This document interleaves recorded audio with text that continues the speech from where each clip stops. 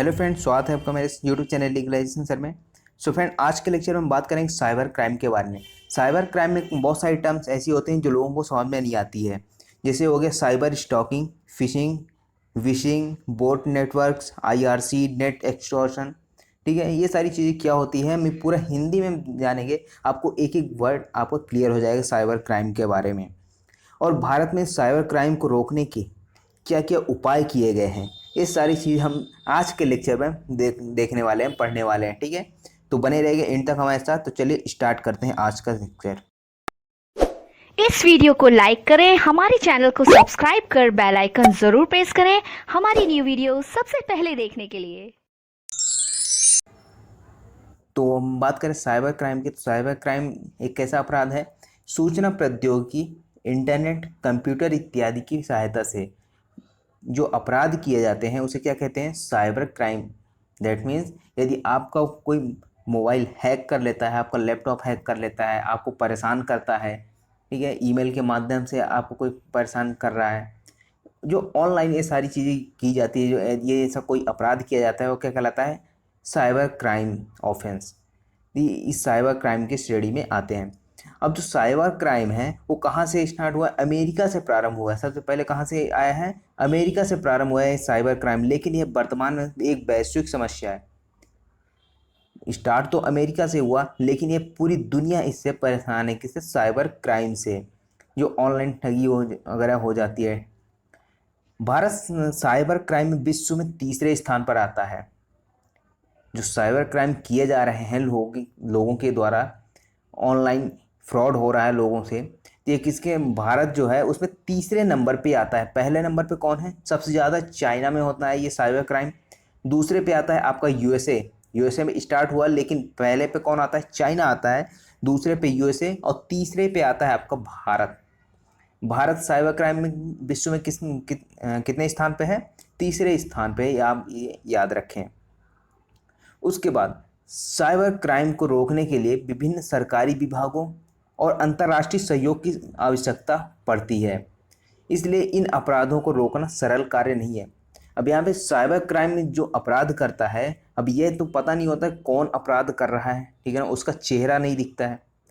Normal यदि मान लीजिए ए ने क्या किया है, सामने किसी के बी को मार दिया, तो ये समझ में आता है कि सामने सामने मारा है या फिर सामने कुछ भी किया, चोरी किया, इसको तो पकड़ सकते हैं। लेकिन ये ऐसा व्यक्ति है जिसको ना तो किसी ने देखा है, ना तो कोई मिला है, ना कोई जानता। अब कौन कहाँ से कर रहा है ये तक नहीं पता होता है। यहाँ पर रोकने में क्या है, ये एक सरल कार्य नहीं है, क्योंकि यहाँ पर विभिन्न सरकारी विभागों, अंतर्राष्ट्रीय सहयोग की आवश्यकता पड़ती है। तो यहाँ पर ये इसको रोकना आसान काम नहीं है साइबर क्राइम को। अब अपराधियों द्वारा सामान्यतः अपनाई जाने वाली तकनीक कौन कौन सी है, जो साइबर क्राइम किया जाता है लोगों के द्वारा, किसी व्यक्ति के द्वारा, वो उसमें कौन कौन सी टेक्निक अपनाते हैं ये लोग। तो सबसे पहला है आपका हैकिंग। हैकिंग क्या होता है कि किसी कंप्यूटर की सुरक्षा को तोड़कर, यदि कोई कंप्यूटर है उसका पासवर्ड ऑनलाइन क्या करें, दूसरे कंप्यूटर के माध्यम से तोड़ दिया जाता है।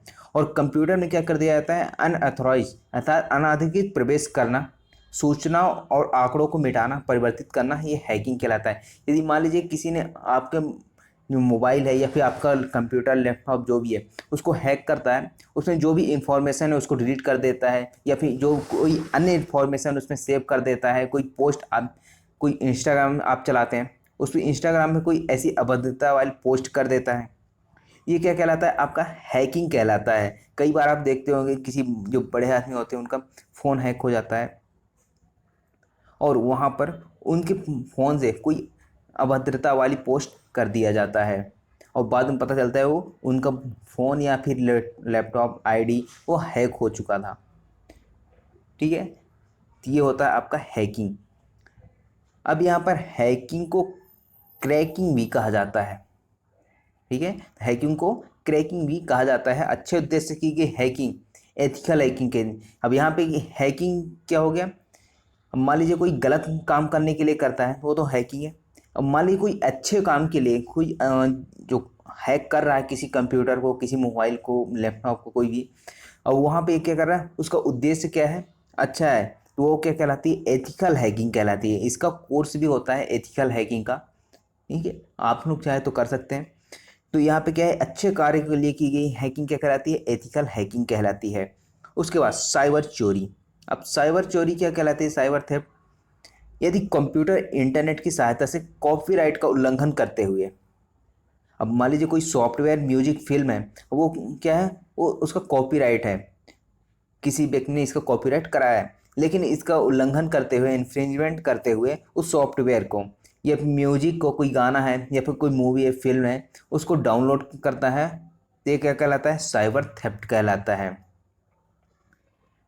डाउनलोड बस नहीं करता, अब यहाँ पे मान लीजिए डाउनलोड करके क्या करता है, वो दूसरों को भेजता है, या फिर उसमें क्या करता है, यदि मान लीजिए परमिशन नहीं है दूसरों को भेजने की, डाउनलोड करने की, ये सब चीज़ें, तो क्या करता है, डाउनलोड करता है, दूसरों को भेजता है, शेयर करता है, या फिर कहीं अपलोड करता है, तो ये क्या कहलाता है, साइबर चोरी कहलाती है, साइबर थेफ्ट। उसके बाद थर्ड आता है आपका साइबर स्टॉकिंग। क्या कहलाता है, साइबर स्टॉकिंग, स्टॉकिंग आपने पढ़ा होगा आईपीसी में, ठीक है, तो आईपीसी में किस सेक्शन में स्टॉकिंग के बारे में बताया गया है, आप मुझे कमेंट बॉक्स में कमेंट करेंगे।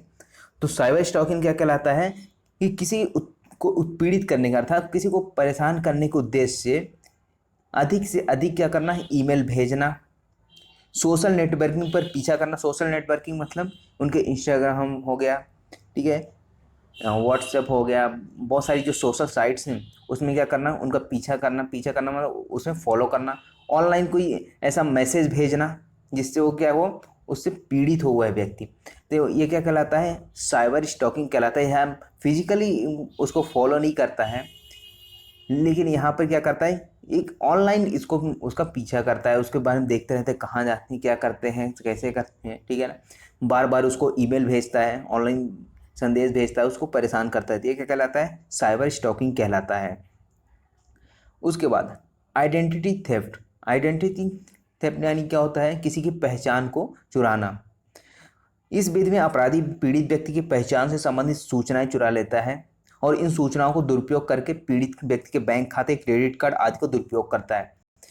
अब यहाँ पे क्या किया जा रहा है, किसी व्यक्ति के द्वारा ऑनलाइन उसकी पहचान निकाली जा रही है, उसका नाम क्या है, जन्मतिथि क्या है, ठीक है, उसके फादर का नाम क्या है, उसका नंबर क्या है, ये सारी चीज़ें निकाला जा रहा है, और उसका कैसे उपयोग करेगा, उसके बैंक खाते, क्रेडिट कार्ड का उसमें उपयोग करके उसका दुरुपयोग करेगा, ठीक है, तो ये क्या कहलाता है, आइडेंटिटी थेफ्ट कहलाता है, ये साइबर क्राइम के अंतर्गत आता है। अब यहाँ पे नेक्स्ट आता है आपका फिशिंग।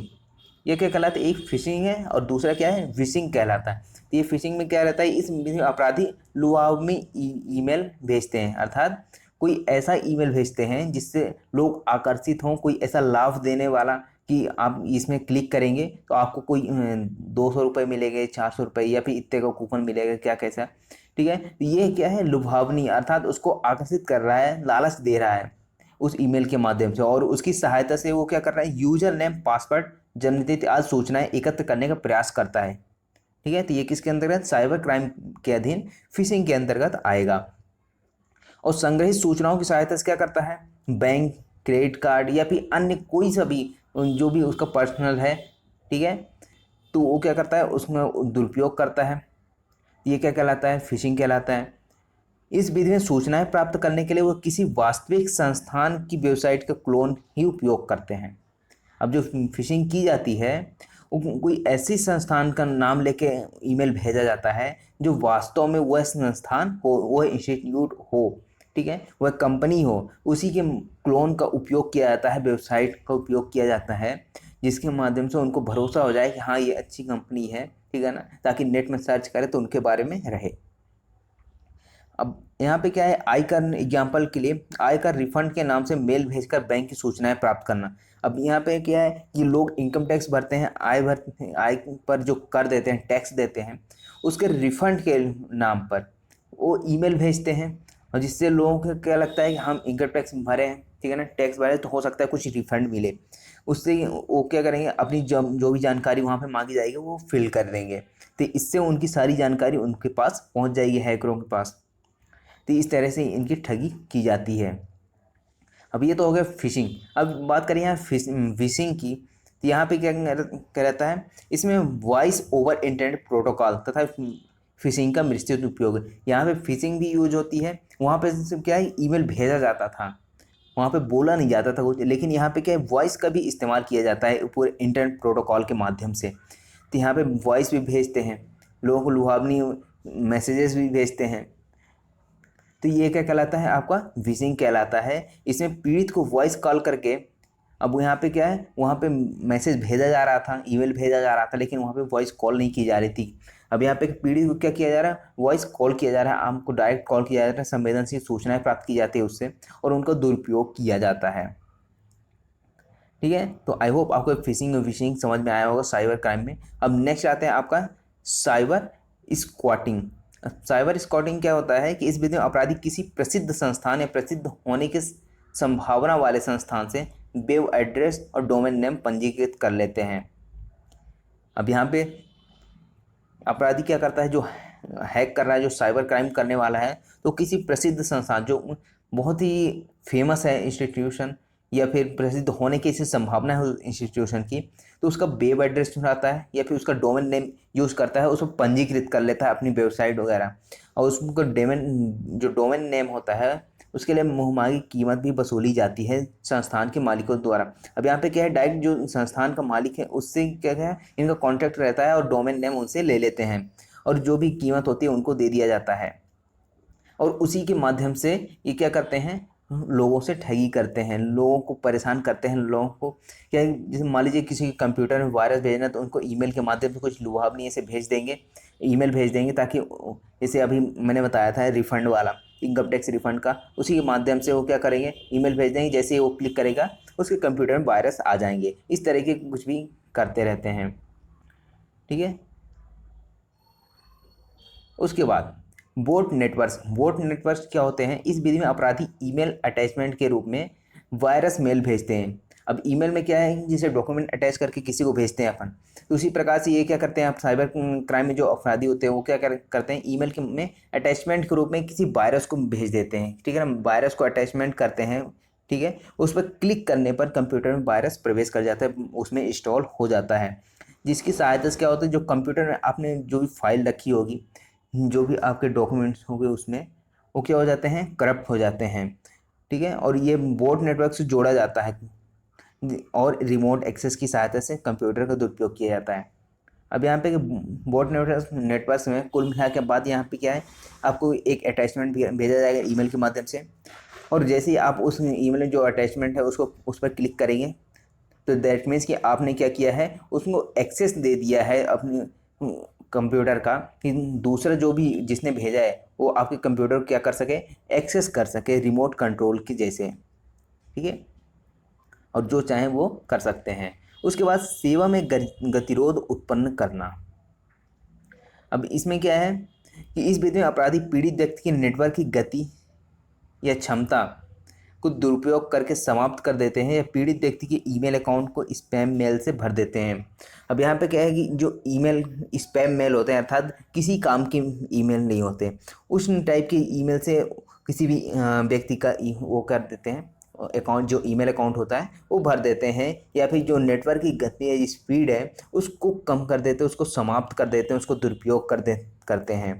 ठीक है, इस कारण पीड़ित व्यक्ति इंटरनेट या ईमेल का प्रयोग नहीं कर पाता। अब यहाँ पे जब उसकी जो स्पीड है, गति है नेटवर्क की उस व्यक्ति की, उसको समाप्त कर देते हैं, तो उसको दुरुपयोग करते हैं। तो यहाँ पे क्या है कि जो इंटरनेट का उपयोग वह नहीं कर पाता, क्योंकि बहुत कम स्पीड हो जाती है, जिससे वो काम नहीं कर पाता है, या फिर ईमेल में क्या करते हैं, स्पैम मेल भेजते रहते हैं, जिसके कारण वह बहुत डिस्टर्ब रहता है। उसके बाद अब बात करें पायरेसी की। ये काफ़ी फेमस वर्ड है पायरेसी, आपने सुना होगा कि किसी मूवी की पायरेसी करना।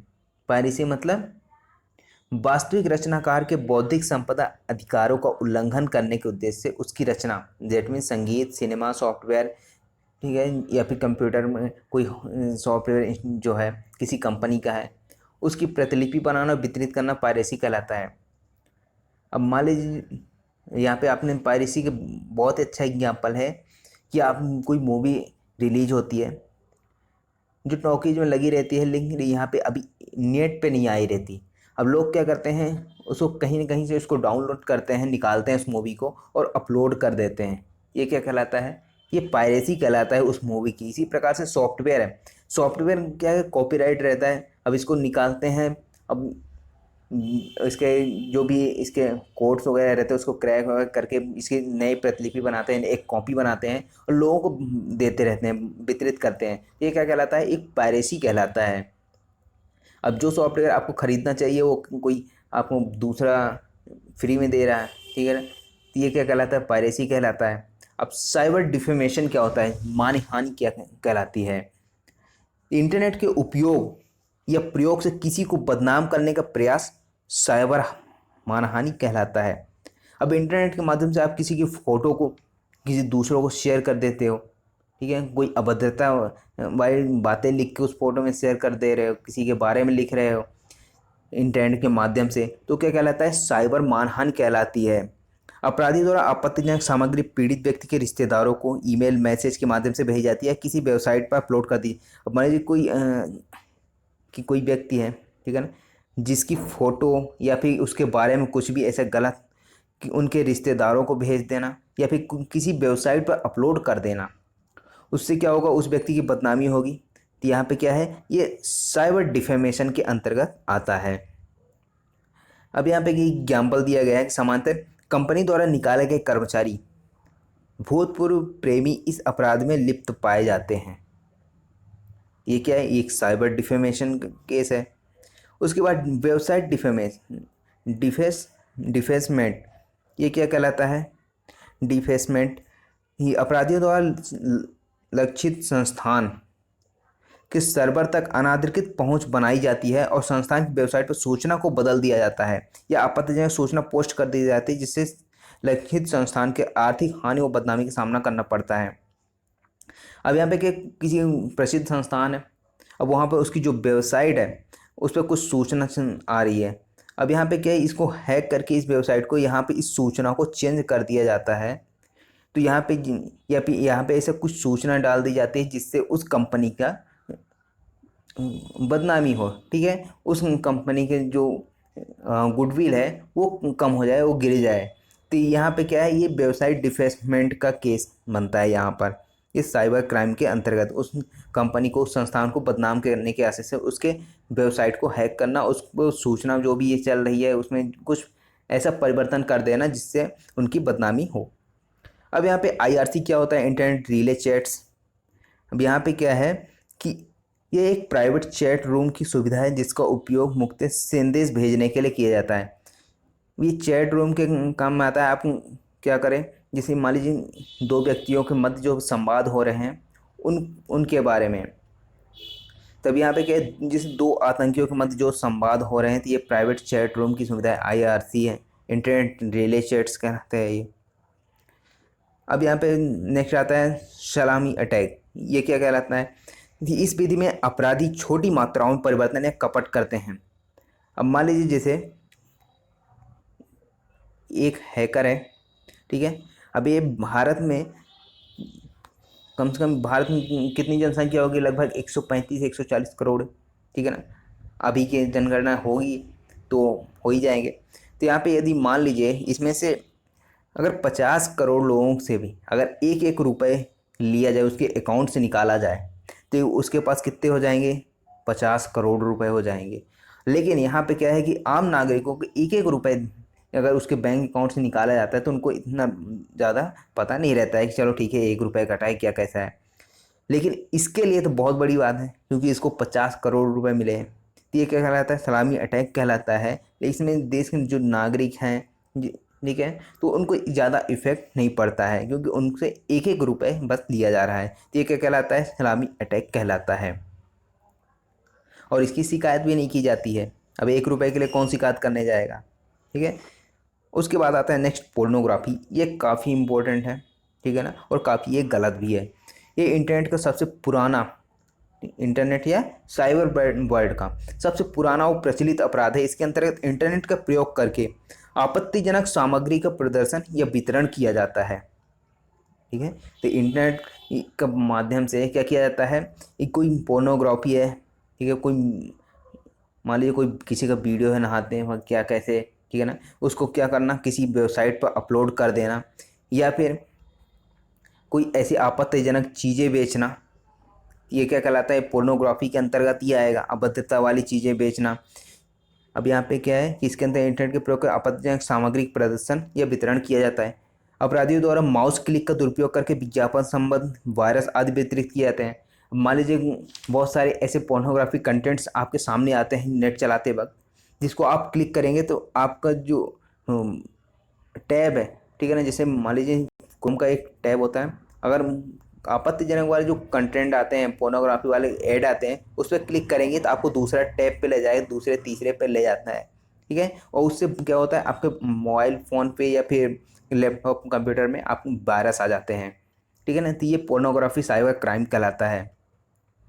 उसके बाद नेट एक्सटॉर्शन, ये क्या कहलाता है, एक्सटॉर्शन आपने पढ़ा होगा, उद्धापन, जो आईपीसी में है, ठीक है। तो यहाँ पे क्या है कि इस अपराध में अपराधी कंप्यूटर के माध्यम से गुप्त आंकड़ों व सूचनाओं तक पहुंच बना लेता है।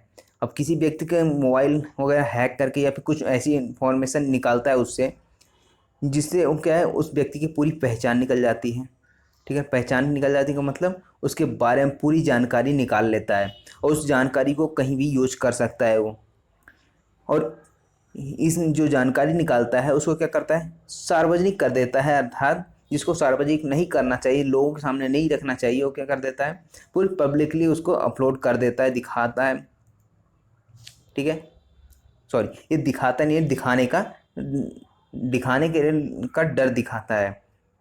दैट मीन्स कि जो आंकड़े का सूचना निकालता है उसको क्या कहता है, पीड़ित व्यक्ति से, अगर तुमने मुझे ऐसा कुछ नहीं दिया है, पैसे नहीं दिए या फिर कुछ भी जो मांग रहा है, ठीक है, अगर वो नहीं देता है तो क्या करेगा, सार्वजनिक कर देगा, सबको दिखा देगा वो चीज़। तो यहाँ पे क्या है, ये एक्सटॉर्शन के अंतर्गत आएगी, नेट एक्सटॉर्शन। उसके बाद साइबर थ्रेटिंग, ये क्या है, साइबर थ्रेटिंग का मतलब है ईमेल मैसेज के माध्यम से धमकी भरे संदेश भेजने, ईमेल के माध्यम से या फिर मैसेज कर करके किसी को धमकी भरे कोई जो मैसेज भेजे जाते हैं वो क्या कहलाते हैं, साइबर थ्रेटिंग कहलाती है ये।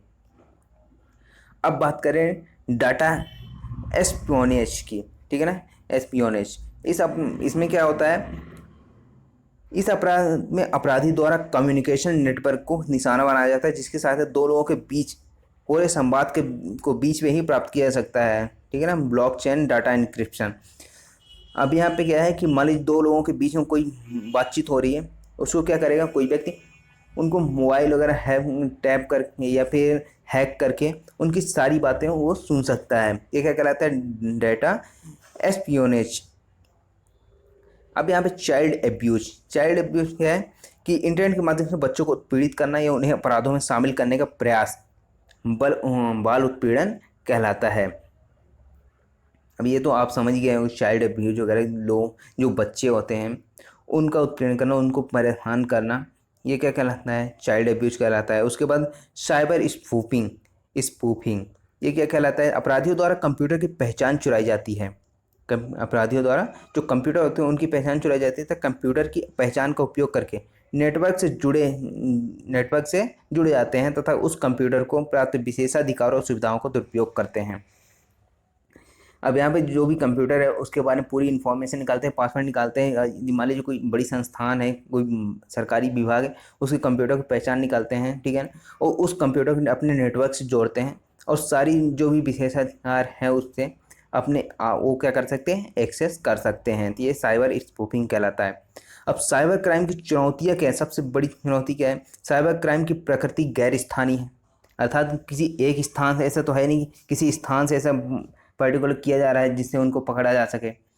ये क्या है कि किसी भी स्थान पर बैठकर विश्व में कहीं भी अपराध किया जा सकता है इसमें, और अधिकतम मामलों में अपराधी देश की सीमा से बाहर स्थित होते हैं, अर्थात जो हैकिंग की जाती है वो देश से बाहर के होते हैं, ठीक है ना, ताकि उनको आसानी से पकड़ा ना जा सके, ठीक है।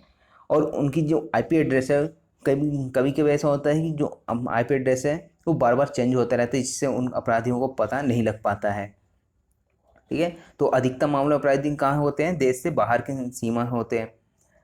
अब एक देश में अपराध की श्रेणी में आने वाले अपराधी को देश में भी अपराध माना जाए ऐसा आवश्यक नहीं है। अब यहाँ पे क्या बात किया गया है, अब एक देश में अपराध की श्रेणी में आने वाले अपराधी देश में भी अपराध माना जाएगा ऐसा आवश्यक नहीं है। अब यहाँ पे फोर्थ पॉइंट क्या है, इन अपराधों का स्तर बहुत बड़ा होता है, अर्थात एक साथ कई लोगों के विरुद्ध अपराध किया जा सकता है, एक साथ कई कंप्यूटर्स को हैक किया जा सकता है, ठीक है ना, कई लोगों को ईमेल भेजा जा सकता है, ऑनलाइन जो फ्रॉड किए जा सकते हैं, ठीक है। अब यह अपराध अन्य अपराधों के खतरे की तुलना में बड़ा होते हैं, ठीक है, बढ़ा देते हैं। अब यह क्या है, खतरे को कई गुना बढ़ा देते हैं, जिससे हो गया सामुदायिक हिंसा, आतंकवाद, राष्ट्र विरोधी गतिविधियाँ। अब इंटरनेट के माध्यम से कोई ऐसा चीज़ अपलोड कर दिया जा रहा है जिससे सामुदायिक हिंसा हो रही, किसी के विरुद्ध कोई ऐसा पोस्ट डाल दिया गया, वो जो उन समाज के लोग क्या कर रहे हैं, विरोध कर रहे हैं, राष्ट्रवादी विरोध हो रहा है, राष्ट्रवादी विरोध गतिविधियाँ चल रही हैं, ठीक है ना। तो ऐसे ऐसे अपराध हो जाते हैं। उसके बाद नेक्स्ट है, अपराधियों द्वारा अन्य लोगों के अपराध की तकनीक साझा की जा सकती है।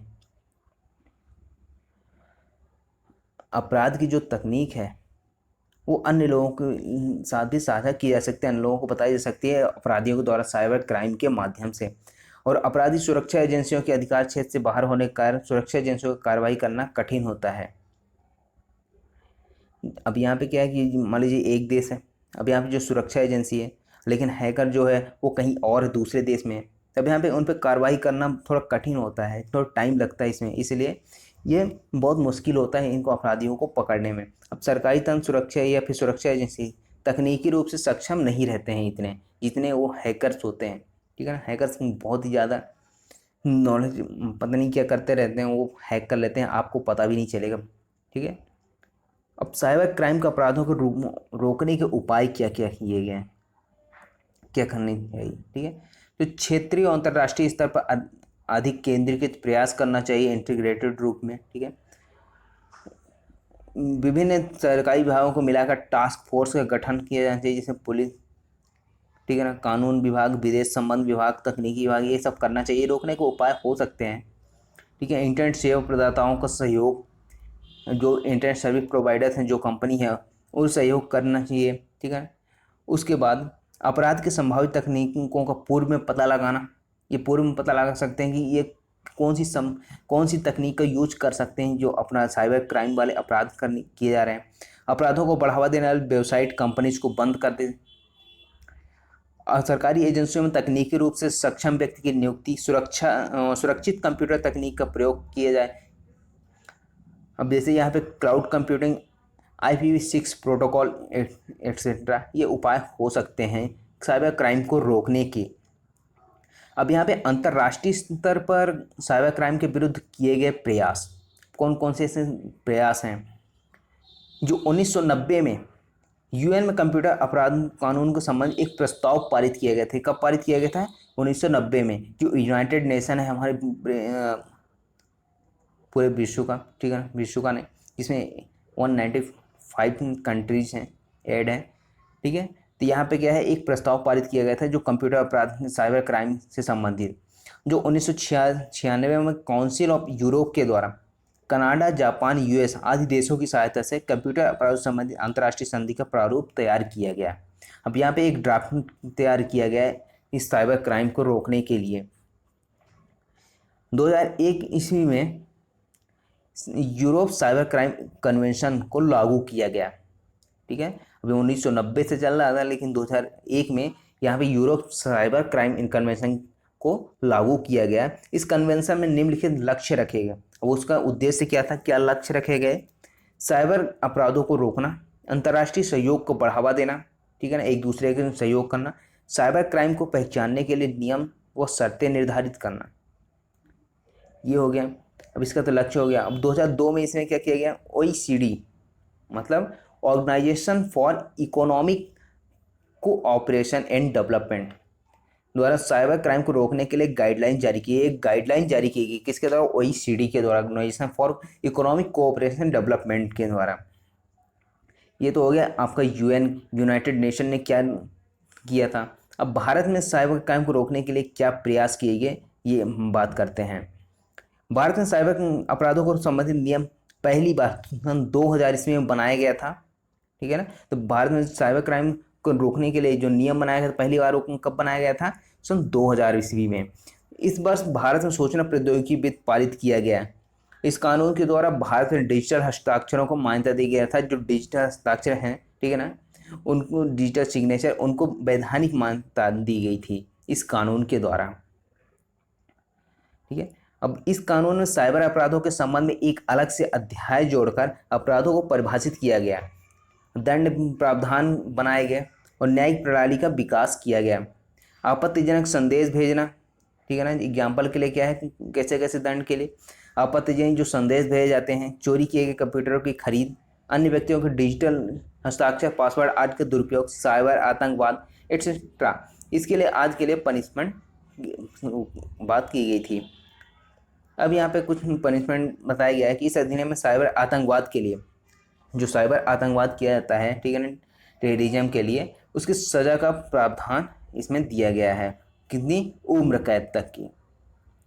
ठीक है, साइबर आतंकवाद कोई करता है तो उम्र कैद की सज़ा होती है। उसके बाद ये अधिनियम सरकारी एजेंसियों को किसी भी सूचना को मॉनिटर करके